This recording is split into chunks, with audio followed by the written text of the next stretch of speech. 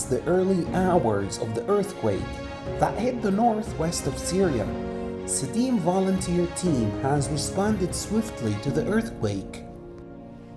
During the first days, our quick response focused on providing help to the Syrian civil defense and many other organizations to remove the injured from the rubble, offering emergency aids and heating supplies to the distressed families.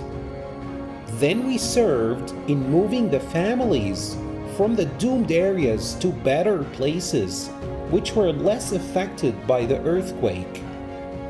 We also helped by offering heating supplies, emergency equipment, foods, drinkable water, cooked meals, children's supplies, sums of money, and participating in providing medical materials and medications.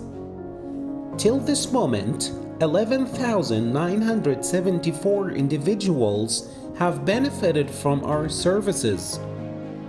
We make an urgent appeal to the stakeholders and the donors to support and donate to the benefit of the emergency campaign, which we are still working for.